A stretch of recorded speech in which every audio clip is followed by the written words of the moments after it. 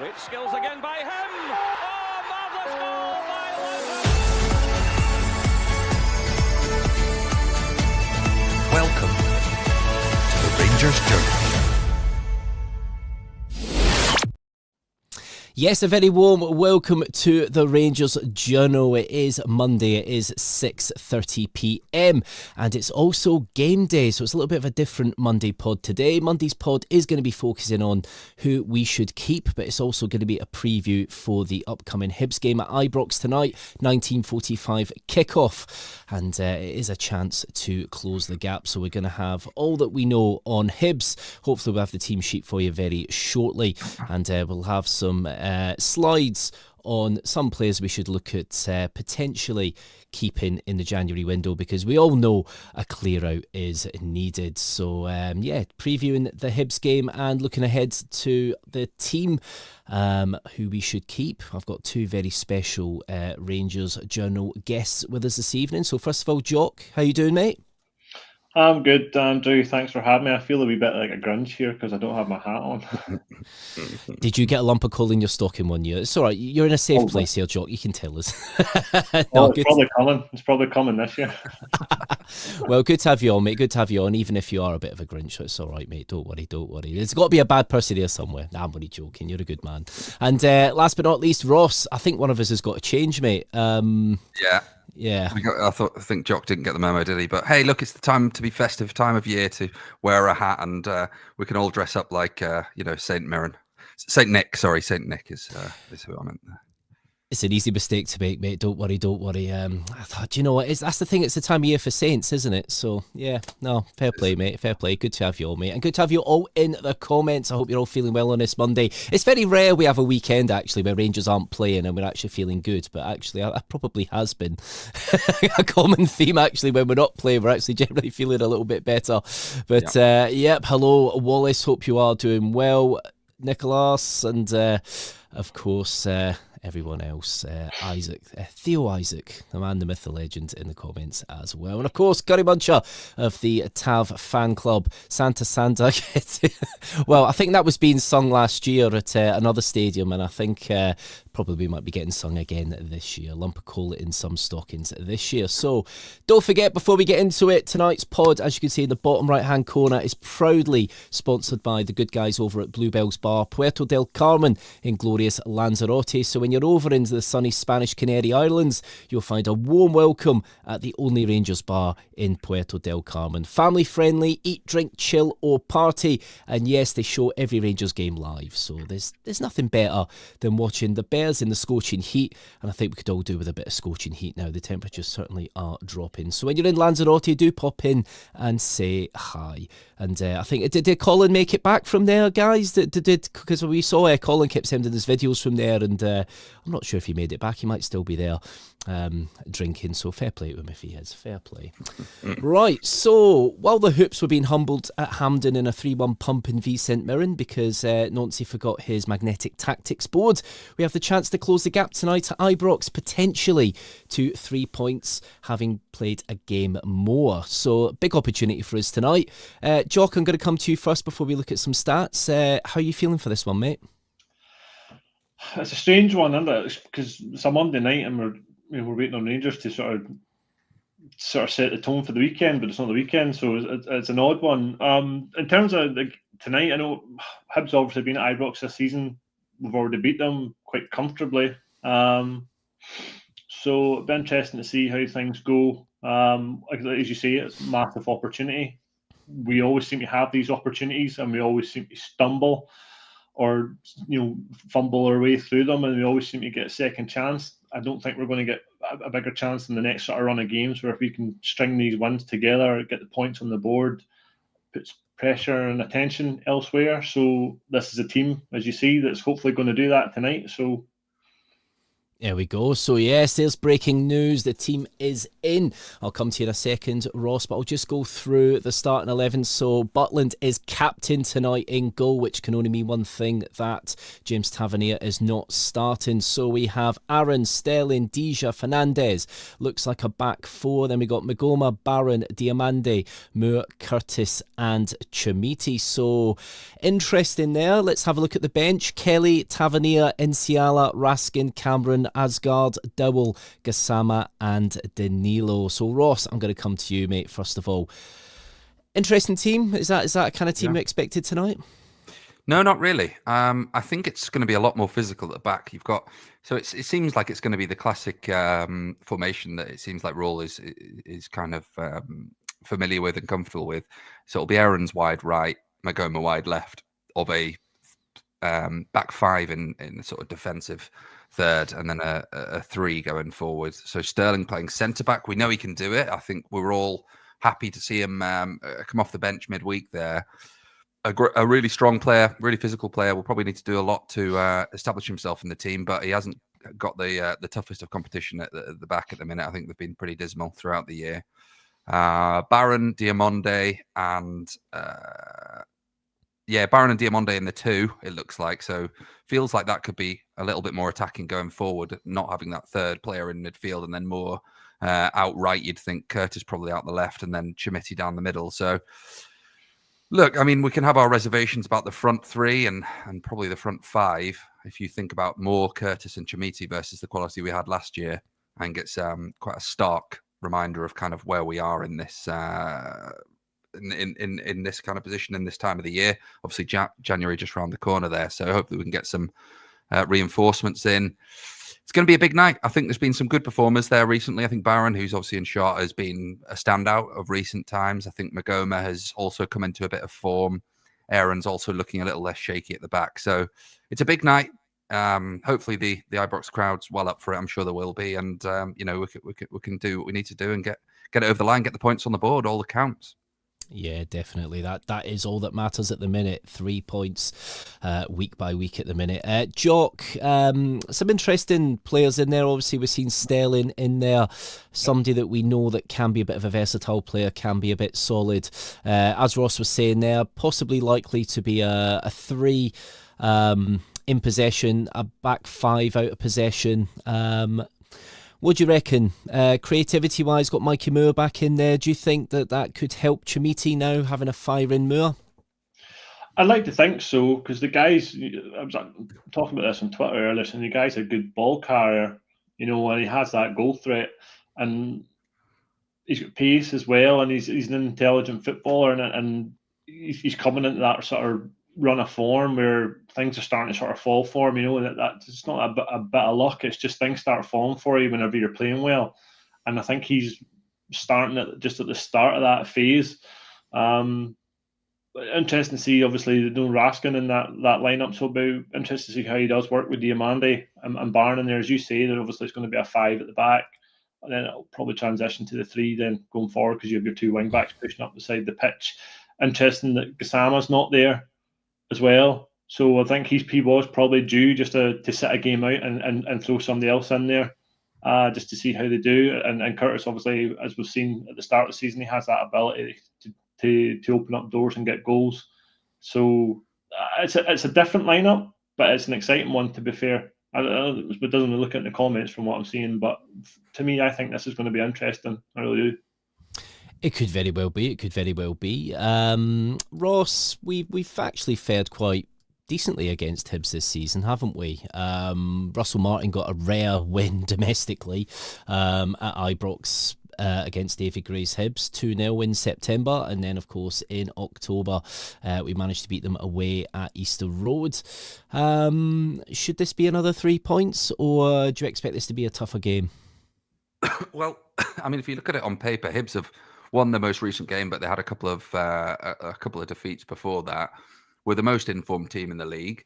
I don't see why we wouldn't be going into this game full of positivity. As much as we hate to say it, we do get more fuel in the jetpack when we see our neighbours across the city performing badly. And likewise, they do the same with us. That's just the way it is, unfortunately.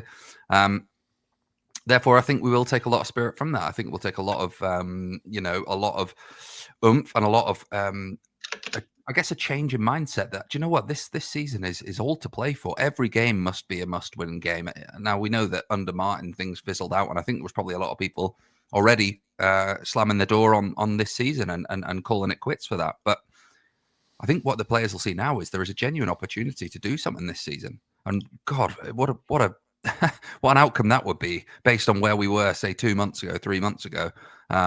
It would be an incredible thing to do. So my only worry looking at that team, and I don't know if you've got it there, you can just flash up again for me, please, is just when you look at the bench, there is a lot of experience there. You've got Tavernier, you've got Raskin, you've got Gassama, you've got Danilo, who, arguably are starters in most weeks. Yeah, Gassama's been off the boil a little bit. Tavernier, we know his frailties, but Raskin's a leader. Danilo seems to be picking up a bit of fitness. So my only worry is that you've got a lot of experience in managing a difficult team to play against. And look, let's not take anything away. Hibs have been a bogey team for a while for us. This season, maybe not as much, but in previous years, they've always been a tough test. I think we did well to pick up, a victory against them in the previous game because it's not an easy place to go. But this Ibrox crowd is hungry to see a good quality performance, and we need the right level-headed players on the pitch to be able to manage that. If it's 50 minutes, 55 minutes, 60 minutes, and it's still 0-0, we need some quality, some level-headedness, and not trying to force things to get through this team, which maybe those on the bench could provide if we're not in a kind of in a position of being in the lead at that moment in time. But yeah, look, I'm excited to see it. I think we're all desperate to see Chimiti do something, and hopefully tonight is the night that he kicks on and proves the sort of quality that he Thelwell thinks he possesses. Yeah, no, definitely. Well, yeah, cool. We have been looking for that, and it has hopefully got a kick in at some point. And yeah, I think it will help if there is some creativity behind him. Hopefully, law of averages as well. He's going to hopefully at least bury one or two. But there's some motivation for Mikey Moore tonight, to be fair. Mikey Moore, he's scored obviously in both his last two Premiership games. A goal in this game would make him the first player aged 18 or younger to score in 3 successive top-flight appearances since Anthony Stokes scored 4 in a row for Falkirk from October to November 2006. So there we go. So looking at the last kind of results, obviously we've had a little bit of a mixed bag. Our last 5 games, we're including 2 European matches in that. So obviously we lost to Ferencváros, we beat Kilmarnock, drew with Dundee United, drew with Falkirk, and drew with Sporting Braga. Hibs, they've had a little bit of a mixed bag themselves. Their last game was a decent 3-0 win over Falkirk. Obviously, they lost that game against Celtic, which actually they were quite unlucky in from all accounts. They lost to Motherwell as well at Fir Park. They beat Dundee 2-0 at Easter Road, and they beat St Mirren, the League Cup winners, 3-0 in Paisley. So David Gray's had some plaudits this year. He had some plaudits last year as well. We got Hibs on a very decent unbeaten run, didn't he, Jock? Yeah. Which I think Rangers brought to an end.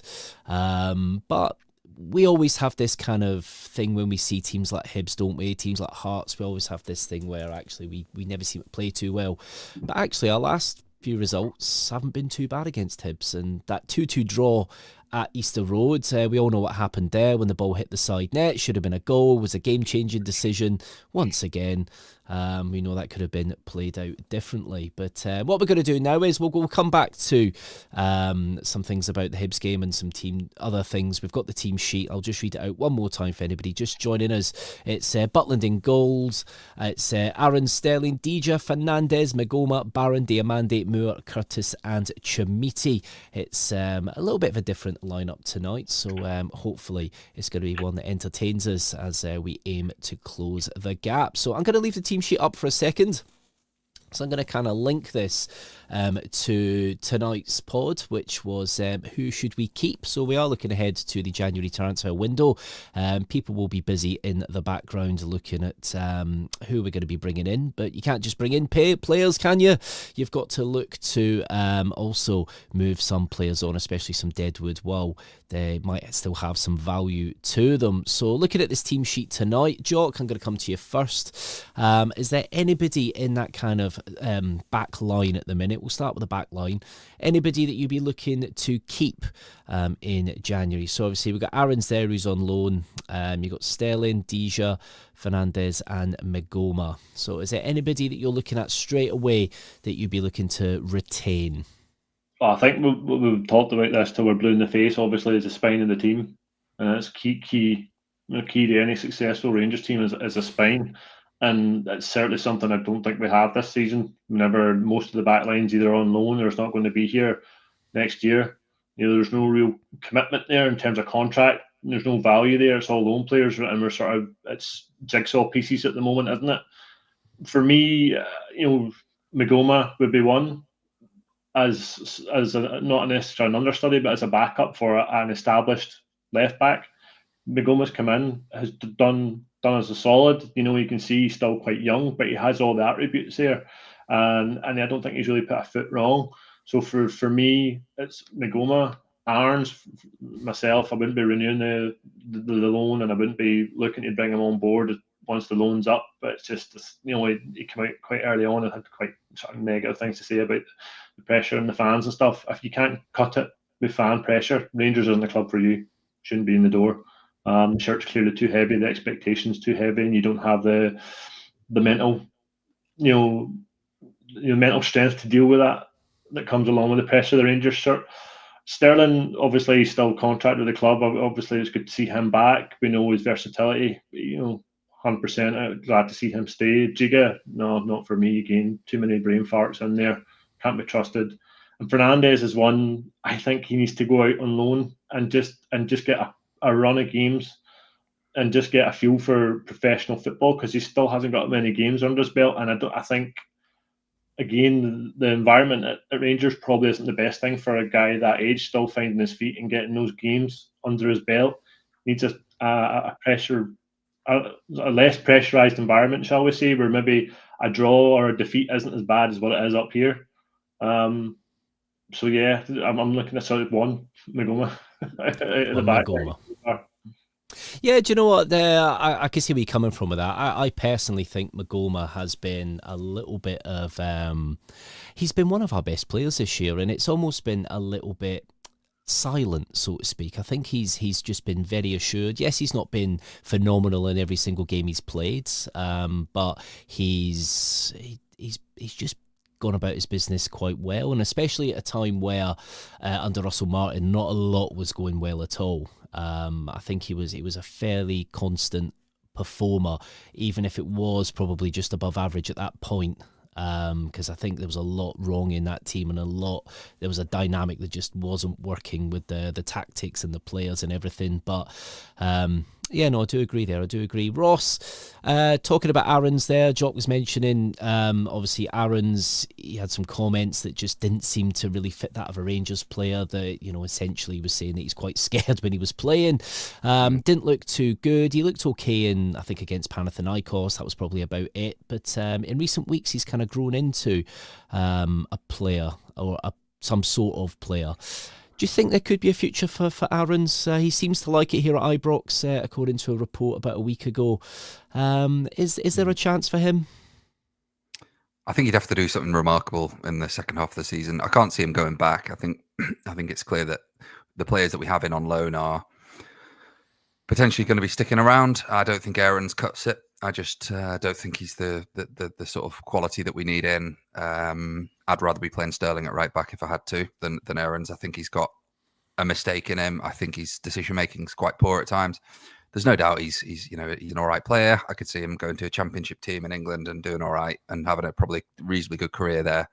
But for me, he's not Rangers quality. He's not the player to take us to the next level. And I think that's what, whilst it doesn't feel like it now, the recruitment team have to be looking ahead at what the next what's the next step for us? It's competing further in Europe. It's winning trophies, and I just don't think Aaron's has that mental quality to be able to just dig in and make it happen when the chips are down.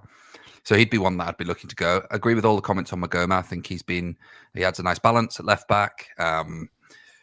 Very quick, usually times his tackle pretty well, and rarely gives the ball away. So I think he's, a solid player. If he came available, I would definitely be looking to sign him up if it wasn't for a ridiculous amount of money.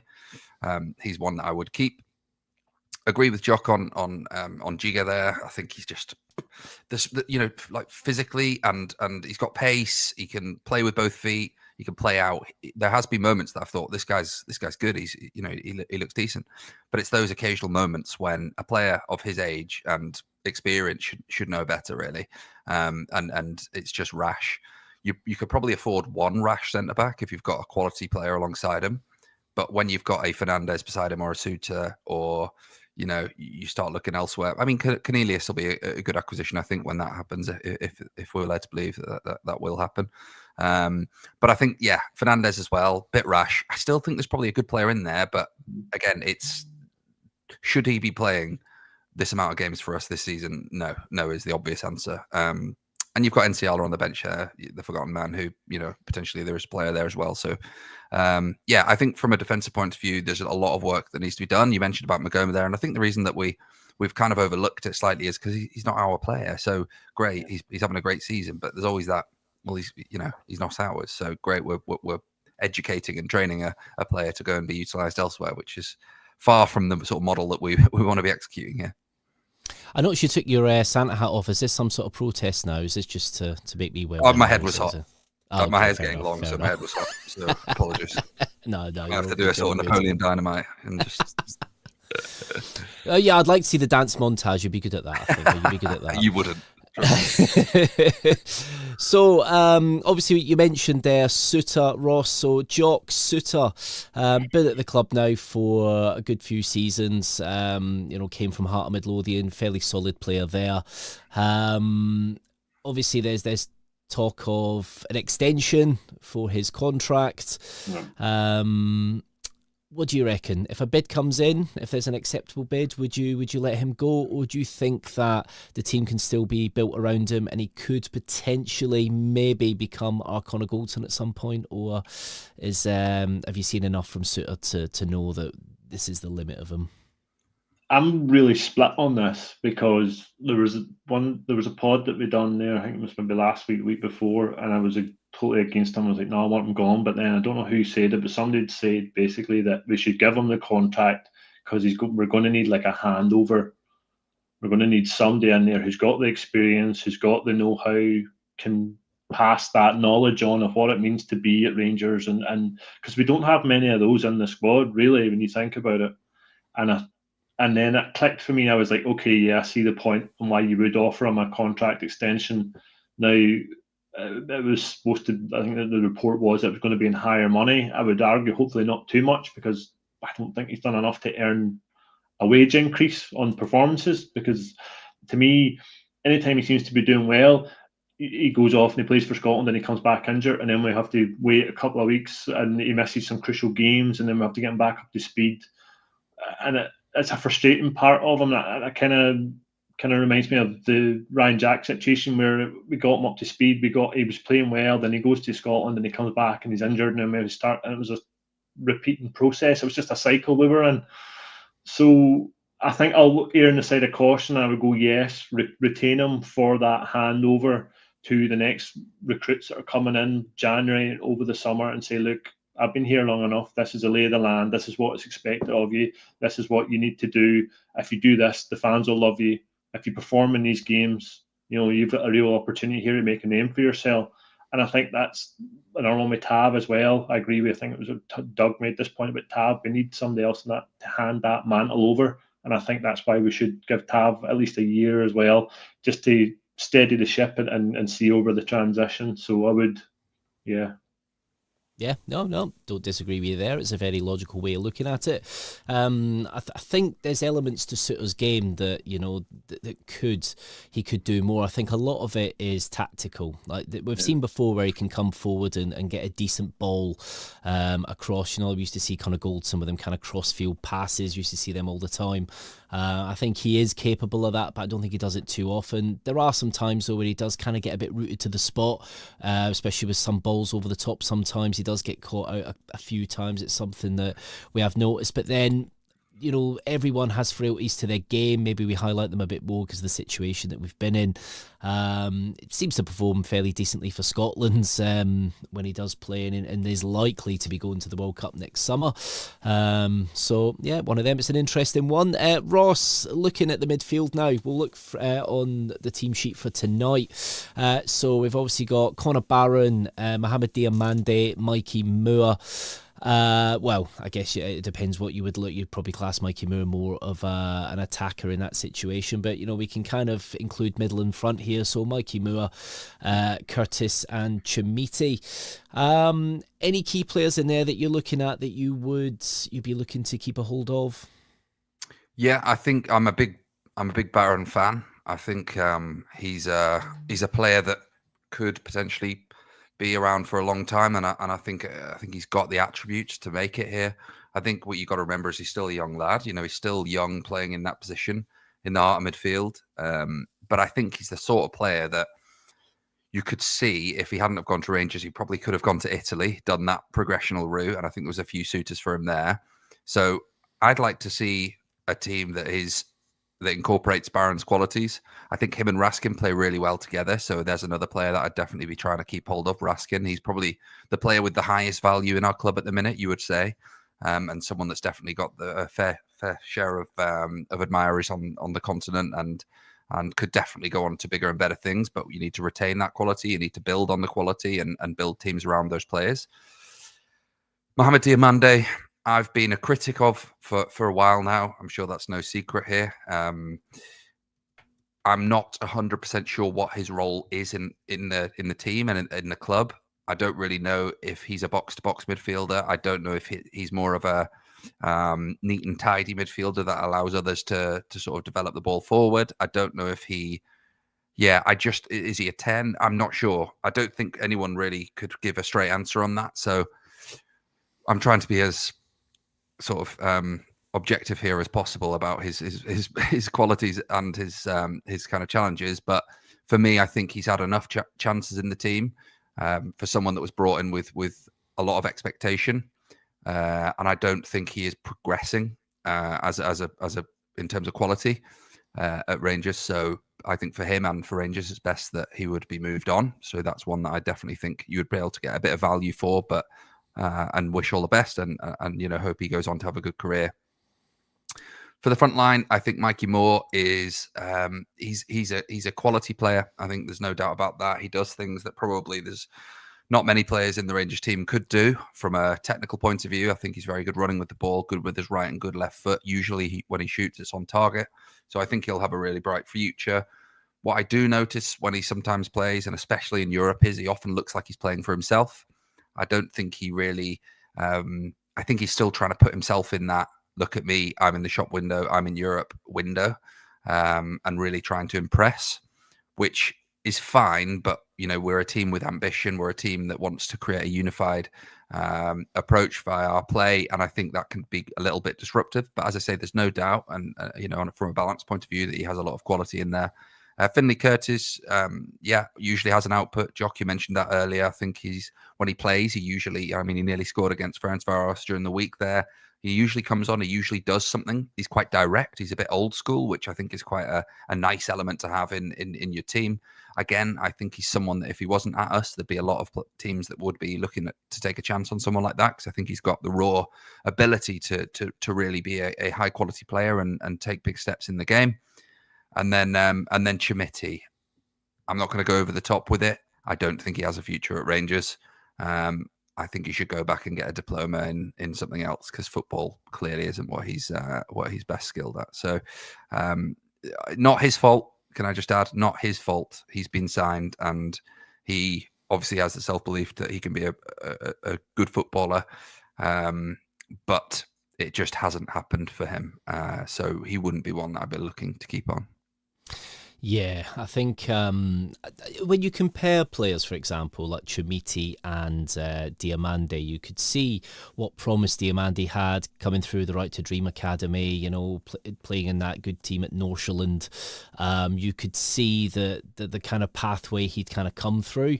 Whereas with Chumiti, even though he's got this a little bit of a reputation, you know, in the Portuguese under-20s, he's really not shown anything currently to warrant not just the £8 million transfer, but really being a starter in a lot of these teams. Now, don't get me wrong, obviously he's starting tonight. That's probably enforced due to Majowski having a knock. But Jock, what do you reckon? Looking at Diamande, there's a lot of talk about Diamande, and I think some fans are getting a little bit frustrated with him. He does have cards in him. He does have the odd rash tackle in him. He, you know, obviously he's come through that Right to Dream Academy, very highly rated. That alone should help with any future transfer. Or would you keep a hold of him? Do you think he could have a bit of a Brahim Hemdani role, where we used to roll him out for Europe, whereas we could roll him out for Old Firms? Because he only really seems to perform in those games a lot of the time, doesn't he? Well, I used to think that as well, but then he's not really been, you know, performing in those, particularly this season as well. But again, nobody's really been performing this season, so you can't really rule that out. I think the fact he's not going to the AFCON says a lot as well. Because it came as a bit of a shock that, you know, I think we all kind of expected him to go, and that was going to free up a slot. And I know me and Stevie in the members pod last week were getting quite excited about who could come in and opportunities for the guys like Lyle Cameron. But then that's not the case now, because obviously he's staying, he's not going. So he's a frustrating one, because he has all the ability and he shows it in flashes. Again, there's sometimes he plays these lovely neat through balls that cuts defences open, but we just don't see it enough. And then he scored some cracking goals from outside the box when he first came in as well. And I thought, geez, there's a midfielder that's not fair to take a shot from outside the box and can contribute in games where we're needing something just a wee bit special. And I thought, this could be the guy. And then it's just, you know, he has a bad spell. He comes in and then, you know, he does okay. Then he's out the team again, or as you say, he's got a red card in him or a booking somewhere. And there's just this. Like that decision to pull the guy Kelly last week by the shirt right in the edge of the box, it's just like, why put your team in that position at such a crucial point of the game?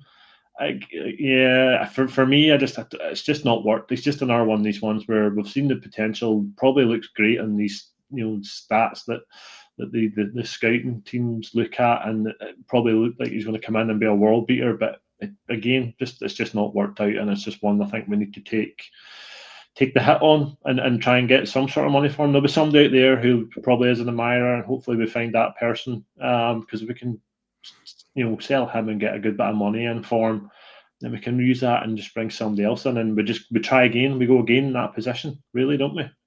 Yeah, no, definitely.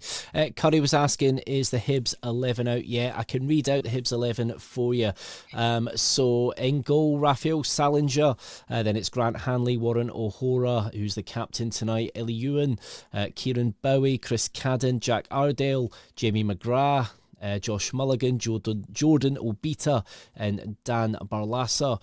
You've also got Martin Boyle on the bench with Joe Newell and Josh Campbell. So there's some players that can come off from the bench later on in the game. Maybe that's part of the game plan for David Gray. But there we go. So obviously key players: Ewan, Mulligan, Cadden, and I would say Hanley, but maybe 3 years ago possibly. But definitely there's the Hibs lineup if anyone was interested. We've been talking here on the Rangers Journal about who we should keep. This is Thelwell's Farcical Transfers Part 1, and we're looking at some of the players that we should keep from the current recruitment. Now, we did already speak about Max Aarons, but let's see now if what we're talking about was correct. So there is Max Aarons, his player traits, his percentiles. Now, if you're watching this on a smartphone, I would suggest head to your TV, head to YouTube, find the Rangers Journal and watch it live on there. It will look much better. And if you're listening on the audio podcast store,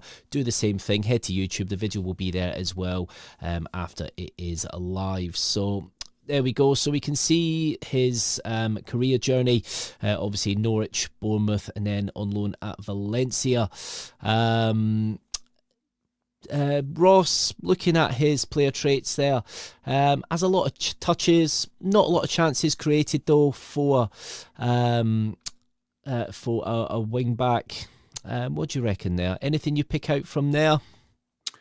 Yeah, I think he was brought in as a different option to Tavernier, to be honest. I think we know Tav is someone that likes to get forward, likes high shots and high chance creation, gets a fair few assists and likes to remain up that side of the pitch. So I think this was a tactical acquisition and brought in order to offer something slightly different, a bit more of a classic out and out right back probably. We do know he likes to maraud forward occasionally, but nowhere near the level that sort of Tav does. Look, being really honest, I don't think he's an awful player. I genuinely don't. I think he's a decent enough player. Obviously has played at a good level and a good standard and has had some big moves in his career already. He's only 25, so he could go on to be a really solid player and a really decent right back. I think the system that he came into was obviously something that has held him back, and maybe we're passing judgment too early. I think, there's still probably something that he can offer in this team between now and the end of the year. If I was looking at kind of pass marks and areas to improve, I think his decision making could be better. So I think sometimes he plays the risky pass when actually just limiting those would be helpful, especially with the sort of creaky defense that we've had. And yeah, I mean, if he's playing wide right, get forward more, get more balls into the box. I think he's got quite a good right foot on him. So I'd like to see him get down that line a little more and whip a ball in. He's not going to be our player next year. I think that's clear, unless there's been some sort of deal agreed in the background that was done up front, which we don't know of. So look, use him to the best of we can, and for the time being. And that's about that. But as previous to, and I agree with Nicky there, previous to my statement earlier, is he going to take us to the next level? Is he an upgrade on what we've had? And we won't get into the Tavernier debate right now, although I'm sure Curry would love to. But is he a real step on? Is he going to take us to that next level? I don't think so. Yeah, it's one of those, isn't it? I think sometimes, no matter how well you can play in the latter part of the season, I think the way it all started, some of the comments, I think, has kind of framed that Max Aarons might not be the best guy to be a Rangers player. He's improved a little bit, but still we're not seeing anything dramatic. I hope he scores a hat-trick tonight and I'll eat this Santa hat. I certainly will do that if that does happen. Let's have a look at Emmanuel Fernandez, obviously the man we purchased. It was one of our early purchases. I think wasn't it 3.5 million, I believe. It was an interesting one. We saw that game in pre-season where we had that high line against, was it Barnsley we were playing, and got caught out there, and it kind of just seemed to be a little bit symbolic. The man's tall as anything, which is absolutely something we need in this team. Obviously, when he came back into the team, Jock, after a few minutes of being back in the squad, he scores a header from a corner because, of course, he's the tallest man in the box. With Fernandez, I know we've spoken about him already. You can see there on his player traits, his percentiles. He's a lot more higher than we were looking at Aarons just previously there. Anything that sticks out there for you there, Jock? I think you're looking at Ariel Jules 1, and as you say, you're touching on the physicality which is needed in this league. This league, no matter way you dress it up, is a physical league, is a tough league. We need somebody who has the body, the build to be able to deal with that, both going forward and the defensive side as well. And he has a lot of attributes. We've seen the good, the bad, and the ugly from him, haven't we? We've seen sort of everything in the short space of time he's been thrust into the first team through injury. So yeah, he carries that goal threat. His goals 87%. He's good with his feet. We've seen that. He can drive with the ball. We've seen that in the league and in the European games. So there's a lot more to him, I think. I just think, like as I said earlier, I just think he just needs to go out and get a run of games at another level where I just don't think there's much pressure. And the results where a draw or a loss doesn't seem as a disaster where it is up here, where you have to be on your A game every game in a Rangers shirt. And I just think he's maybe just too young for that to be expected of him just yet. But you can see why we looked at him at the summer and why we've brought him in and why we've had to sort of pay, I would say, probably an overinflated fee for him, because he's young, he's English, he's up and coming, and there's just that sort of price tag, that sort of tax is added onto these kind of young players down in England that we just, we probably don't pay as much as another team in the same league or a league above would pay for him. I do think we probably got him slightly cheaper. Some people might laugh at me for saying that, but I do think that's the case because there's just this mini transfer market amongst themselves down in England between the clubs in the same league and the leagues above. So he's got the ability, there's no doubt. I just think he's just not ready for a starting Rangers position yet. Yeah. No, that's fair. Some players aren't ready. Some don't hit the ground running. So, yep, that's fair enough. Guys at home, don't forget, like and subscribe to the Rangers Journal. If you can, please watch this on YouTube. It's a better experience on your telly. You can see, especially all the graphics like this, it does look much better and you can kind of read a bit more detail. Our fabulous analyst Doug has put these all together, and there's always some great detail in those. So please watch on YouTube. And while you're there, like and subscribe and turn your notifications on.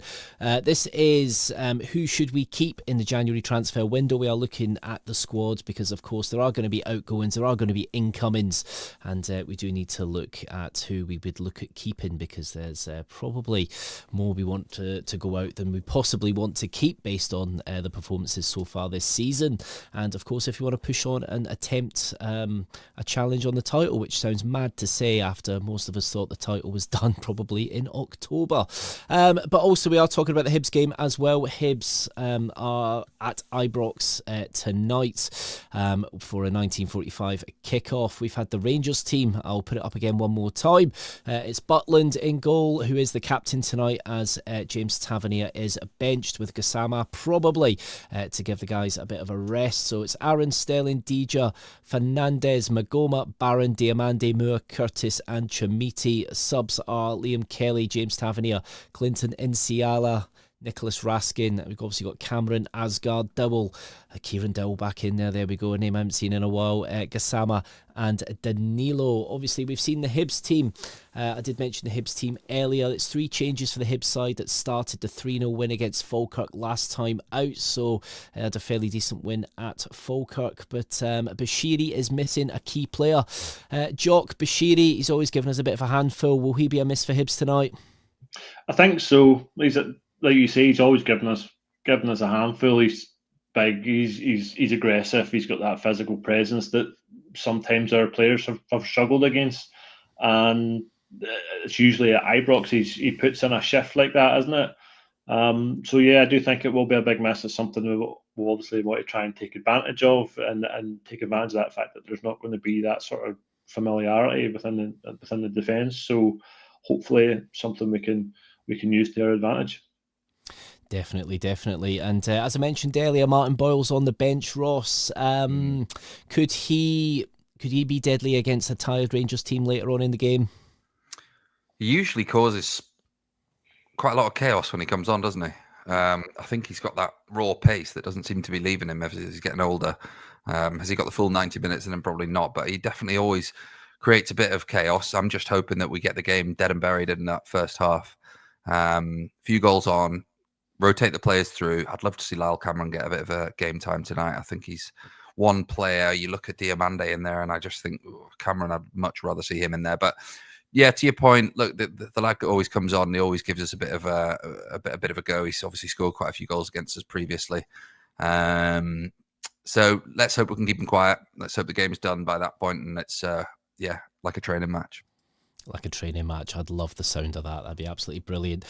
Got a question here from Ibrox 1962. Resting motivating Raskin for the weekend? Well, we've got the comments from Danny Rule, who's just been speaking to BBC Scotland. He says that some changes were necessary. Bojan is out with an injury. We tried in the morning, but it was not possible. Hopefully it's not long he's out for. Nico was about the performance. Correction, I'll say that again. Nico Raskin was not about performance. I'll get it right in a minute. I'm going to create headlines here. The past 72 hours, he couldn't train due to a small injury. We've got the green light for the bench this morning, though, so he's not ready for the full 90, but is available from the bench. We need fresh legs, a fresh mindset, and I'm really happy today for Finlay Curtis. It's important to find the right moment to put young players on today, and I feel he is ready to go, so he's probably shown some good signs in training.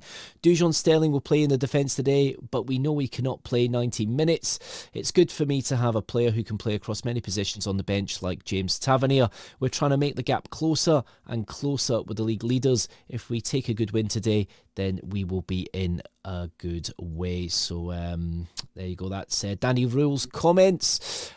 Jock, what do you reckon there from Danny Rule? Anything that sticks out there for you at all, or is it just the usual? At least we know Raskin's not out for at least it's just a knock. He has got the green light. It might not just be up full to speed yet.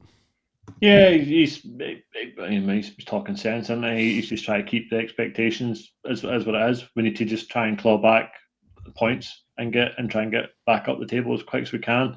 And this is the first chance we've got to do it. Like as you say, Miovski is unfortunate. We'd like to see him start because he's on a good goal scoring run, but we don't want to risk him if he's going to be fit against Hearts. That's fine. Don't want to risk it, and it's the same with Raskin. If he's got a niggle as well, there's no point in chucking him in, and then he could pull up after 10-15 minutes, and then you can do more damage than not. We've got players in that position, thankfully, that can come in and cover. And if he says he's not going to get the full 90, but he's there, he can come on and do a job in the second half. If we need to bring on an experienced head, as Ross says, that's on the bench. We can bring that on whenever we need it. If we need to do a bit of game management. There we go. Right, I got a question for Ross here. I'll give this to him. Doug's come in with a question. Is Dowell any worse than Asgard has been? Who would you bring on first if we need a change? So I'll bring the team sheet back up so you can have I'll hide the comment as well so you can see the bench. What do you reckon? No, I don't think Dowell's been... I don't think he's been any better or any worse than Asgard. I think Asgard's problem is he's just anonymous in games and he goes missing. Dowell is symptomatic of... I just can't not see Russell Martin when I think about Dowell, and that's a horrible image. So I just want to, for his sake as well, like move him on, usher him out the club. It's just not the right player in the right team. Once that you've lost the range of support, that's that. I think he had, by all means, had a decent spell on loan last season in a good Birmingham team. There will be no end of suitors for him in the Championship, I would think. So thank you very much. He's obviously brought him in just to probably shore it up. Maybe there's just a few players that he would have liked to have had in there that aren't quite fit. Maybe he just adds a bit of kind of solidity and kind of, can manage the game out in the right circumstances. Maybe that's the logic behind it. There's so much more about Asgard that I want to see. We know that we've seen little glimmers of just pure quality from the boy. I think about the one that he cut inside and bent it into the top corner. Obviously, at an international level, he's got a good name for himself, playing in a strong Norway team. So there's definitely someone there. It's just how we unpick that. And I think, Danny Rule is doing the right thing here. There was another player that I wanted to touch on as well, which was Jenny Gassama. So obviously being left out again after quite a poor performance against Ferencváros. I think there's a little bit of an attitude problem, in my opinion, that's leaking through slightly, and it's looking quite petulant. I don't think Danny Rule's the sort of person that's going to stand aside and let that happen. So he's laying down the law, letting others come in and show that, you need to be a part of this team and contributing both from a kind of on the pitch point of view, but also in a kind of harmonious, we're one team and we're all working together for the same outcome type point of view. So interesting from Rule. Good comments. Nice to hear a manager talk sense for once. Yeah, no, definitely. It's good to not have a manager where you're getting constant clickbait, cutaways being taken every 5 minutes. So yeah, definitely good.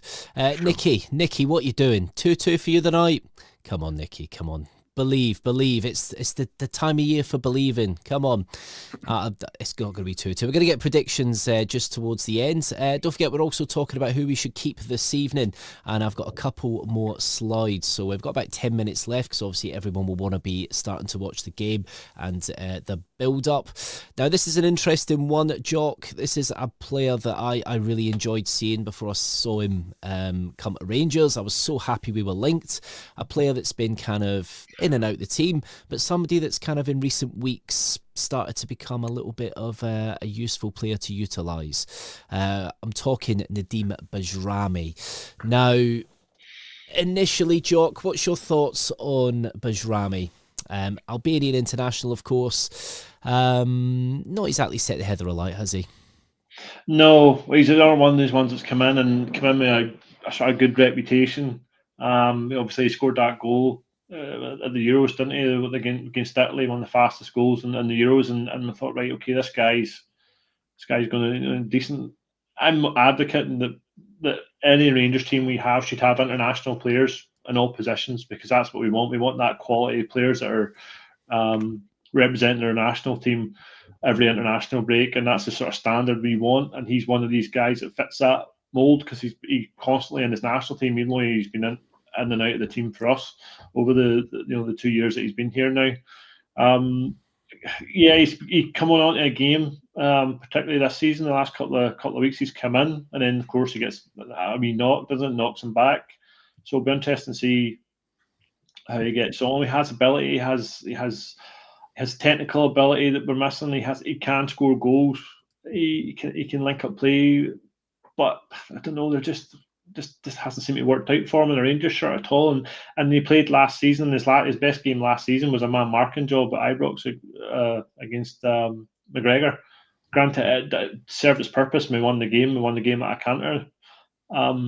So for me, I just think there's so much more to come from the guy, and I just don't think we've seen it yet. And ideally, this is the time now where he does show it, and he gets us on this winning run that we need to climb back up the table. Yeah, no, definitely. Ross, there was a lot of chat about Bajrami kind of being in the 10. He was utilised out on the left quite a lot, but that's also what was happening at Albania. Is there a future for Bajrami? Is he somebody that you would look at keeping at the club? Do you think he could be useful? I think he's got certain qualities to him that I quite like. I think he tends to be quite calm on the ball. And usually looks forward with his pass, which is can't be said for the rest of the team. I think recently he's actually looked pretty good, but I think that's just because the pressure's been off a little, and he's kind of been the forgotten man in that team. So he's come in and he's done reasonably well. I don't think he's been unbelievable, but he's done pretty well and looked to create a few chances.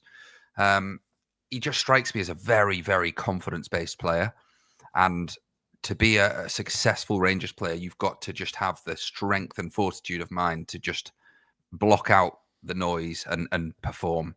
That is what we have. If you look at all the successful Rangers players that we've had, that's what they do. Even in dips in form, they just lock in and just continue on and show their qualities on the pitch. Even if that takes a few games to sort of get back to better form. Do I think he's got a future at Rangers? Probably. I quite like him. I think he's a good option to have. I don't think by any stretch he's the worst player we've got. I would put him ahead of Dowell. I'd put him ahead of Asgard. And I would put him ahead of Diamande in terms of playing in midfield based on current form. He's still only 26. He strikes me as someone that's like a lot older. I think of him as sort of 28, 29, 30. But actually, he's still only 26. So he's got a lot of growing in the game to do. We talk about Manny Fernandez as a young player. Manny Fernandez is 24. So Bajrami's still reasonably young in footballing terms.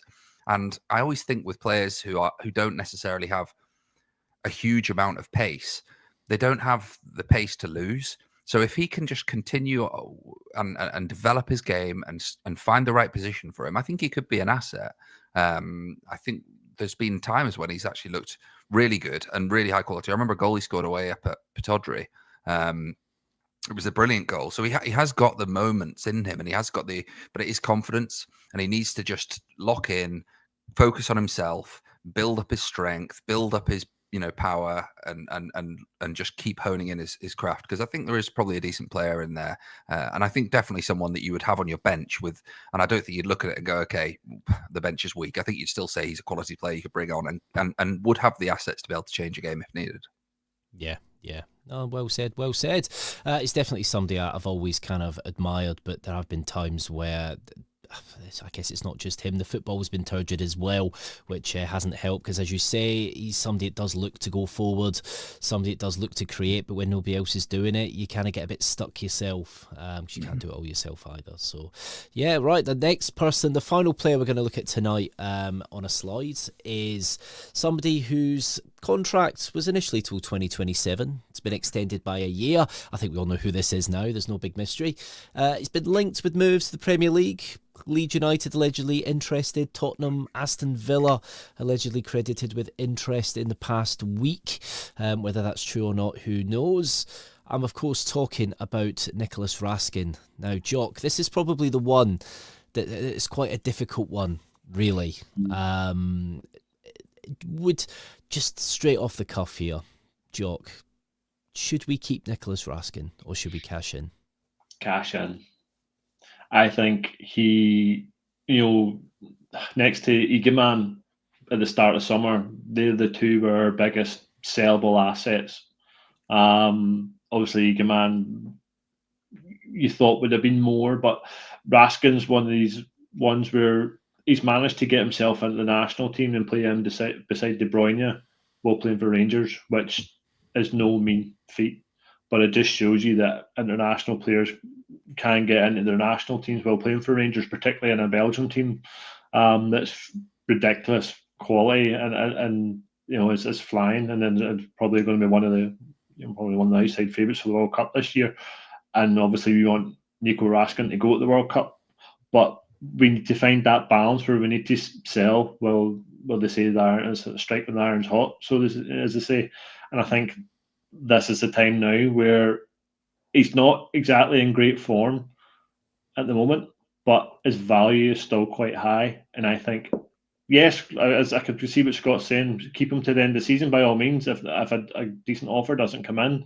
But I don't know. I think we could sell and we could get 2 or 3 in for 2 or 3 bodies in for the sake of one player. To me, I think it's a no-brainer. It just makes sense, because if his form doesn't pick up and then we hold on to him for next couple of months up until the summer, if nothing improves, his chances of going to the World Cup might fall away, because he's not doing enough to get into the squad. At that point, somebody else might come and steal his shirt in that squad. So to me, I think the time's right now. Obviously, as you said, the contract extensions there that we didn't really know about come out of the blue. That's music to the finances ears, isn't it? Because we can sell at a decent level and we can bring in 2 or 3 bodies for the sake of one. And for me, I would go for it now, because I don't think he's going to turn it around to the degree where he's going to carry us and carry this Rangers team any more than he already has been or has in the time he's been here. There just hasn't been enough for me to warrant us keeping him. And I think there's too much money on the line at the moment, because we don't really have anybody else with a high ceiling and a high market value in that squad right now. So Egeman was it at the start of the summer. He's gone now. So I think this is the next in line. The next in line. Question for you, Ross, on Raskin. Do we have the same Nicholas Raskin that the Belgian national team has, or are they 2 very separate players? It's a good question. I think he's he's playing in an incredible Belgium team when he plays for them, so that helps. And his workload is probably lightened slightly when you've got Amadou Onana and Kevin De Bruyne right next to you. I think that would help any player in that environment. So yeah, I can see why the performance levels might be slightly different. I still think he's a real asset of ours. I'm torn. I'm usually one side or the other, but I'm torn whether we cash in. I think if the value was right and he hit, if you're talking 15 million plus, I think you sell, because look, he's 24 years old. He's got a huge career ahead of him. Could we hold on to him and him have a great World Cup and be a breakout player, and then you get a bidding war? Yes, as well. That's definitely an option. I think what we need to do is be very smart, speak to him about it, be open with him about the reservations and potential opportunities that will be coming his way. Get his take on it, because the last thing you want to do is be holding someone who doesn't really want to be there. You know, we've seen that before, not just at Rangers, but in lots of other clubs around Britain, where players have been sort of held against their wishes, and it's just never really worked out. And then you end up selling them for peanuts anyway, because, you know, they just want out and their agents will be at it. So it depends on what he wants to do. I think he's settled. I think he likes it here. I think the fact that we have given him the platform to play in Europe and get into that Belgian team shows that, you know, that we've backed him. I think that's right. But if you cast your mind back to the start of last season, he was someone that we were looking to act. He wasn't anywhere near the team. He was someone that was sort of dead and buried in terms of his Rangers future. And we've kind of nurtured this quality out of him. And you know, he's sat there now with huge market value sat against him, and great international experience under his belt as well. So you look at something like that, and then you think, well, is there that opportunity for Bayrami? Is there that opportunity for other players who are potentially, you know, not necessarily kind of front of mind when you think of picking that starting 11? And that'll encourage them. So he's been a great player for us. Last season, particularly, he was phenomenal. This season, a bit hit and miss, but again, I think it's about getting him playing around the right players in the right environments.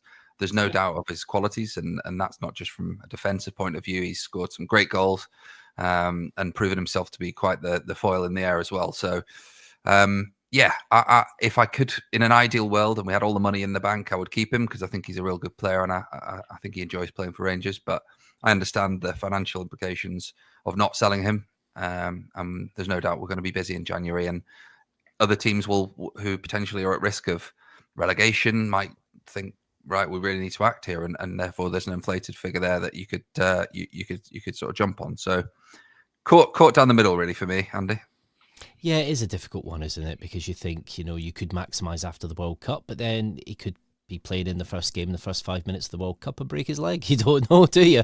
It's if what, buts and maybes, I guess, isn't it? And I think the important thing is he's not really been performing well for us of late. So I don't think he would be the biggest loss, and you could cash in quite quickly and easily. It's a difficult one. So yeah, jury's out on that for me, definitely. Guys, don't forget, you can become a member of the Rangers Journal for 99p a month, and we've got some great members only pods. So if you like this kind of pod tonight, talking about who we should keep, then Jock, you've got on Sunday The Perfect Ranger, which is a members only pod where you're kind of delving into what makes the perfect Ranger. So tell us a little bit about that, Jock. So basically, every day this week we are putting a vote out on our Facebook page where you pick out of the crop of the Rangers elite, the Rangers, you know, god tier players. Speaking of which, the first vote was the perfect Rangers right foot, and as far as I can see, Laudrup is absolutely horsing into the league with the votes for that. So tomorrow will be left foot, perfect left foot. So we picked from guys like David Cooper, George Alberts, Borna Barisic, you know. And then we're looking at, you know, heart, height, football and brain. You know, there's a couple of other things there. So we're basically building the ultimate Ranger from our social medias, followings and recommendations. So we'll give you these options, and then on Sunday we will put it all together, and we'll have this muddled up ultimate Ranger, and we'll discuss probably goals from each of the players that have been used to build this ultimate Ranger, and we'll go through it bit by bit, and probably get some stories from guys like Stevie and that, who's obviously seen the best of Rangers over the years as well. So it's just an interesting thing we thought we'd try over Christmas, just to sort of drum up interest and just see really what the ultimate Ranger looks like. Yeah, definitely. I think we could do with a few of those in the team now. But yeah, looking forward to that. There's lots of great exclusive member-only content. Head to YouTube and you'll be able to see the information there. It is 99 pence a month. That's less than a cup of coffee in London. I won't even get you a quarter of a cup of coffee in London, that's for sure. But yeah, that's on Sunday at 9 o'clock. That's members-only pod, The Perfect Ranger. So, Jock, score prediction tonight. What are you looking at? I'm going to say 3-1. I think there'll be goals on either side, but hopefully we limit theirs to just the one, and we obviously go up, score the other end, a couple of goals and a couple of road end, do the job and get, as I say, get up the road and get the 3 points. So you're going 3-1. So Ross, what are you going with score wise for tonight? I was going to say the same. I'll go 3-0. I think it'd be a good night to set the stall out and get a clean sheet at the back. So 3-0, Chimiti hat trick. I thought you said it. Well, you were saying Diamandi hat trick, so okay, Chimiti now, is it? That was in jest. Yeah, because it's gonna realistically be Chimiti, so that's understandable, mate. It's understandable. Kenneth reckons 3-2 tonight. Scotty, hope you're doing well, pal. 2-1 Rangers. And Bearded Scott, my prediction for tonight is that I'll have some cake and be very frustrated by 10 p.m. That's probably for other reasons, but yeah, we won't go into that. There we go. So that is the pod for tonight. I'll just give you this bit of information. Rangers have just lost one of their last 27 Scottish Premiership matches against Hibs, so won 18, drawn 8, although that was their last game at home, April, and we remember that game last year. This year, 2-0 against Hibs. Yeah, we do remember that. I'm going to leave you guys with a Christmas cracker joke that I did see. So, Jock, you're going to be the unwilling victim here. So, knock, knock. Who's there? Wendy. Wendy who? Oh, Wendy, Saints go marching in. Yeah, I don't get it either.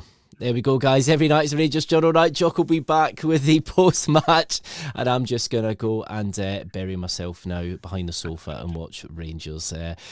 Jock, thanks for coming on, mate. No, appreciate it. Thanks for having me. Ross, good to see you, mate, as always. Likewise. Cheers, lads. See you guys. Every night's Rangers Journal Night. Bye.